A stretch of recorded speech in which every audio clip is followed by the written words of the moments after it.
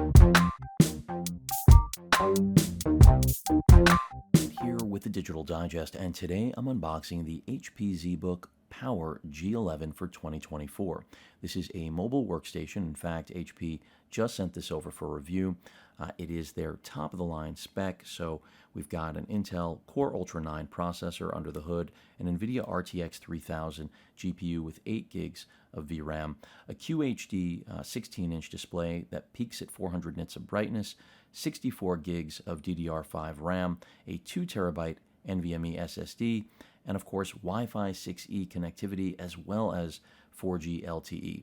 So this has a little bit of everything that you could possibly want. Of course, Thunderbolt 4, HDMI 2.1, and it retails for, I would say, a little over $3,000 US. At the time of this video, this SKU is actually not available. At least I couldn't find it on HP's site, but a similar build, essentially missing that extra terabyte of SSD storage, as well as the 4G LTE, was coming out to around $3,300.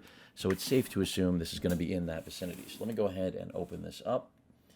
And it's nice to have an HP machine back in the studio. It's been a minute since that has been something I've been able to share with all of you.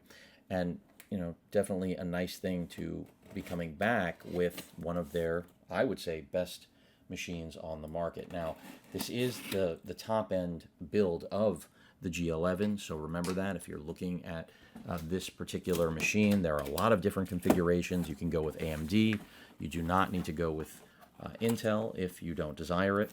Start off with the, I believe it's a 150 watt power brick, because by the way, that RTX 3000 does get, I believe it's rated at 115 watts. So that's, I think, pretty impressive. And there is the machine itself. It weighs a little over 4 pounds, I think closer to 4.5 pounds. And when you think of it in that context, to have a workstation with this much power in such a small form factor, still maintaining a 16-inch display, that's where things get, in my opinion, pretty interesting. So let me go ahead and open up the cardboard sheath. Let's get to the machine itself. Again, this is a review sample, so it has already been set up. This was not a factory fresh machine, for anyone that is wondering. That's how most review samples at least come to me. Let's get this out of the plastic. And this is rated to military spec testing. I mean, that's part of the entire Zbook standard from HP. And I'm going to go through this in 1 second. We'll take a tour around the hardware, but it is nice, feels good, styling, solid, as usual with the Zbook line. Our power adapter, the wall wart actually for the power brick. Go ahead and get that out of the plastic wrap here. And let's just verify. So this is a 150 watt power adapter, as I was saying earlier. And for a machine like this, that's to be expected. Again, the GPU, I believe, is getting 115 watts. That's peak. So that's a lot, considering that this is a laptop, especially a workstation, because while workstations you might expect to get a lot of power to their GPUs, they generally don't get that much. You'll really find that more in gaming laptops. So let's start with the left side of this machine. We've got 2 Thunderbolt 4 ports right there, HDMI 2.1, a Type A USB port, I believe 5 gigabit. So you're not getting a full 10, but still pretty solid. Headphone, microphone combo jack, your barrel pin connector for this guy right here, the charger. And then as we go to the back of the machine, nothing but the hinge. Come around to the right side, we have our Kensington lock, our Ethernet port, another Type A USB port, and then our, I believe that's the SIM slot. Is that correct? I'm taking a closer look. It looks like it's the SIM card slot. But I'm not positive on that. And then we have an SD card reader as well. So really, they're trying to accommodate everything you could possibly need on this machine.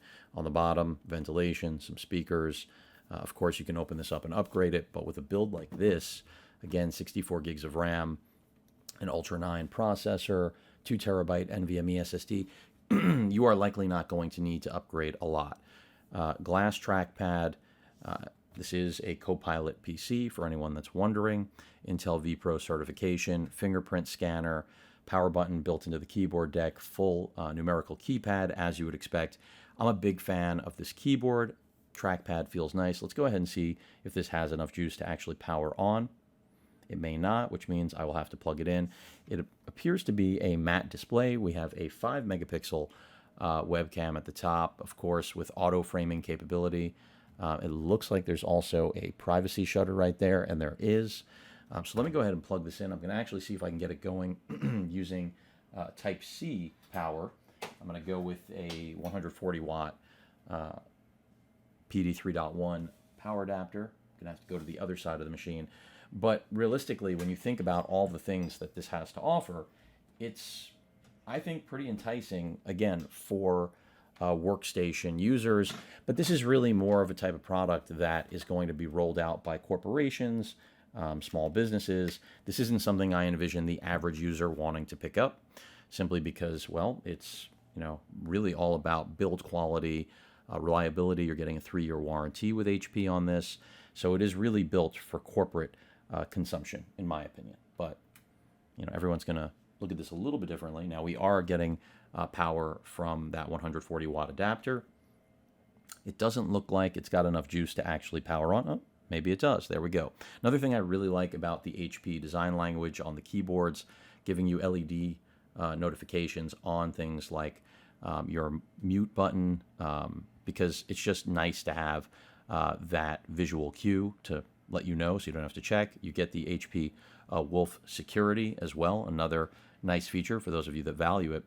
And while this isn't a 4K display, it is a QHD one. And I think for most of you out there, even though I personally generally gravitate towards 4K, it really depends on application. Of course, with the QHD display, we're going to get better battery life. I still expect this to be have incredibly high color fidelity and accuracy. This is a fresh install of Windows, it appears, so I'm going to have to set that up. So I'll be coming back with an update. But I'm expecting good things out of this. Again, I think this checks a ton of boxes for the mobile professional that needs a workstation that doesn't weigh closer to 7 pounds, but rather closer to 5, and really gives you everything. And for anyone wondering, the RTX 3000 with the 8 gigs of VRAM is going to be very comparable to an RTX 4070 in today's current lineup. So you can expect, I would say, easily to get somewhere around 13 or 14,000 in Time Spy. This is not a gaming machine, but that gives you an idea of what I'm expecting for it to do in that realm. And that's also because we are getting enough power here. Another thing to point out when it comes to charging this machine, HP is claiming essentially a full recharge in 1 hour. So in 30 minutes, you can get up to 50%. It'll be interesting to see what actual battery life is like. That, to me, is the biggest question, because with these workstations, it literally always is. So stay tuned for updates on this. I'm excited to, again, have HP back in the house. This is about as full-featured a laptop as they could push out for anyone, again, looking for a mobile workstation with industrial clean design and really every port you could possibly desire.